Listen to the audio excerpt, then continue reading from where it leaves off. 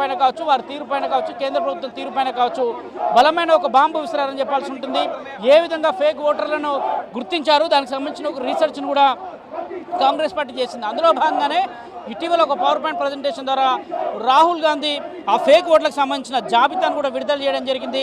కేంద్ర ఎన్నికల సంఘానికి కూడా ఈ డ్రాఫ్ట్ పూర్తిగా పంపిస్తామనే అంశాన్ని కూడా చాలా స్పష్టం చేయడం జరిగింది. కర్ణాటకలో ఎగ్జాంపుల్, కర్ణాటకలో అనేక ప్రదేశాలలో కూడా ఫేక్ ఓటర్లను ఏ విధంగా చేర్చారు, దాదాపు ఒక్కో నియోజకవర్గంలో 1,00,000కు పైగా ఫేక్ ఓటర్లను ఏ విధంగా బీజేపీ సృష్టించింది, కేంద్ర ఎన్నికల సంఘం దీనికి ఏ విధంగా మద్దతు పలికిందనే అంశాన్ని కూడా రాహుల్ గాంధీ ప్రధాన ఆరోపణలు గుప్పించారు. అందులో భాగంగానే ఎంపీలంతా కూడా పూర్తిగా కూడా ఈరోజు ధర్నాకు పిలుపునిచ్చిన నేపథ్యంలో వారంతా కూడా ఆందోళన వ్యక్తం చేస్తూ కూడా ముందుకు వచ్చే పరిస్థితి నెలకొంది. అయితే వీరంతా కూడా పార్లమెంట్ మార్చిగా వెళ్తామని చెప్పినప్పుడు కూడా వారిని అడ్డుకుంటున్నారు పోలీసులు అని చెప్తున్నారు. ప్రస్తుతం పోలీసులు మాత్రం ఎక్కడ కూడా ఎంపీలకు అనుమతి లేదు, వారి మార్చుకు అనుమతి లేదనే అంశాన్ని కూడా స్పష్టం చేస్తున్నారు. దాదాపు జాతీయ మీడియా మొత్తం పూర్తిగా కూడా ఇక్కడ వారి ఎంపీల యొక్క మార్చికు సంబంధించిన అంశంలో పూర్తి కవరేజ్ చేస్తున్న విజువల్స్ను కూడా మనం చూడవచ్చు. పూర్తిగా ఎంపీలు ఎవరిని కూడా బారికేడ్ దాటి ఇటువైపు రాకుండా కూడా అడ్డుకునేందుకు ఇప్పటికే భారీ బందోబస్తును ఏర్పాటు చేశారు. సిఆర్పీ పోలీసులు కావచ్చు, అదేవిధంగా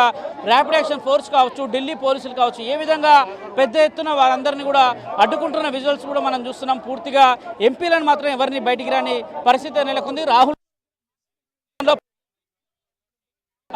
వరకు కూడా మార్చిగా నిర్వహించేందుకు ఏర్పాట్లను చేసినప్పటికీ కూడా కావాలని ఎంపీలను పూర్తిగా అడ్డుకుంటున్న తీరు చూస్తాం. మరి కొంతమంది మహిళా ఎంపీలు కాసేపటి బారికేడ్లు ఎక్కి కూడా నినాదాలు చేశారు. పోలీసులు వారిని ఆ బారికేడ్ల నుంచి దించి అవతలికి పంపించిన పరిస్థితి అయితే నెలకొంది. ప్రస్తుతం అలాంటి ఒక ఘర్షణపూర్వక వాతావరణం అయితే నెలకొంది. తాము పీస్ఫుల్గా ప్రొటెస్ట్ చేస్తుంది కావాలని బీజేపీ కావచ్చు, పోలీసులు కావచ్చు తమను అడ్డుకుంటున్న తీరు పట్ల కూడా ఎంపీలంతా కూడా అసంతృప్తి వ్యక్తం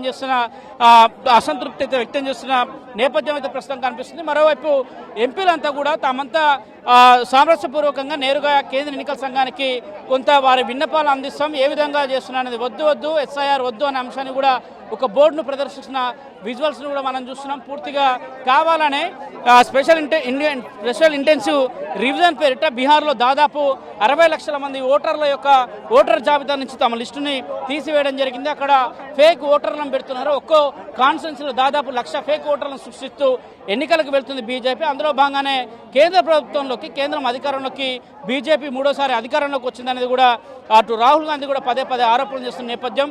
దేశవ్యాప్తంగా ఒక బలమైన ఉద్యమాన్ని ఉధృతంగా తీసుకెళ్తామని కూడా కాంగ్రెస్ నేతలు చెప్తున్నారు. అయితే ఇప్పటివరకు జరుగుతున్న పరిణామాలు చూస్తే దాదాపు మహారాష్ట్ర కావచ్చు, హర్యానా కావచ్చు, అదేవిధంగా కర్ణాటక కావచ్చు, ఈ రాష్ట్రాలలో ఏ విధంగా ఓటు హక్కు వినియోగించుకున్నారు, ఏ విధంగా ఫేక్ ఓట్లను సృష్టించారు, ఏ విధంగా ఆయా రాష్ట్రాల్లో ప్రభుత్వాన్ని ఏర్పాటు చేసినందుకు కూడా చాలా స్పష్టంగా రాహుల్ గాంధీ అనేక వేదికల మీద చెప్తున్నారు. ఇటీవల పార్లమెంట్లో కూడా కేంద్ర ఎన్నికల సంఘం పైన ఒక బాంబు వేయబోతున్నారు. కేంద్ర ఎన్నికల సంఘం ఏ విధంగా కూడా వ్యవహరిస్తుందనే అంశాన్ని కూడా చాలా స్పష్టంగా ఇటీవల పార్లమెంట్ సమావేశం సందర్భంగా కూడా ఆ అంశాన్ని ప్రస్తావించారు. అదే విధిగా ఇప్పుడు కేంద్ర ఎన్నికల సంఘం తీరుని పూర్తిగా తప్పుపడుతున్న ప్రజాస్వామ్యాన్ని కేంద్ర ఎన్నికల సంఘం కూల్చివేస్తుంది. ప్రజాస్వామ్యానికి వ్యతిరేకంగా ఏ విధంగా కేంద్ర ఎన్నికల సంఘం వ్యవహరిస్తుంది, బీజేపీకి ఒక ఏజెంట్గా మాత్రమే ఏ విధంగా మారింది అనే అంశాన్ని కూడా రాహుల్ గాంధీ ఎక్స్పోజ్ చేస్తూ వస్తున్నారు. అందులో భాగంగానే ఇటీవల నిర్వహించిన వారు పార్టీ అధికారికంగా కూడా మహారాష్ట్ర ఎన్నికల్లో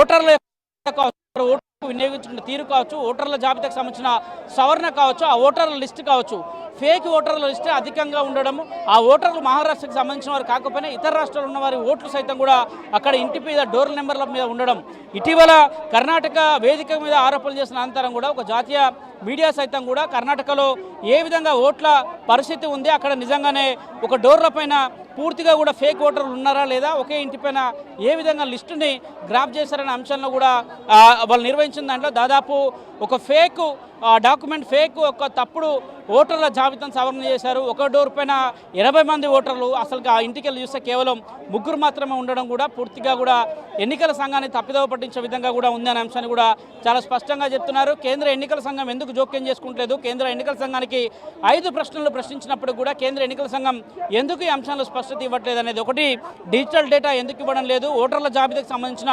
డిజిటల్ డేటాను విపక్ష పార్టీలకు ఎందుకు ఇవ్వడం లేదనేది కూడా రాహుల్ గాంధీ పదే ప్రశ్నిస్తున్నారు. మరోవైపు ఎంపీలకు సంబంధించి పూర్తిగా ఒక డేటాతో పాటు మరోవైపు బీజేపీకి ఏ విధంగా కేంద్ర ఎన్నికల సంఘం ఒక ఏజెంట్గా ఏ విధంగా వ్యవహరిస్తుందన్న అంశాన్ని కూడా ఇటీవల ఆరోపణలు చేస్తారు. మొత్తం 5 అంశాలపైన కేంద్ర ఎన్నికల సంఘాన్ని రాహుల్ గాంధీ పెద్ద ఆరోపణలు చేశారు. కేంద్ర ఎన్నికల సంఘం దీనిపైన కూడా ఆ వివరాలు మాకు ఇవ్వాలని కేంద్ర ఎన్నికల సంఘం ఉంది. ఇప్పటివరకు కేంద్ర ఎన్నికల సంఘం మాత్రం చెప్పేది మాత్రం ఒక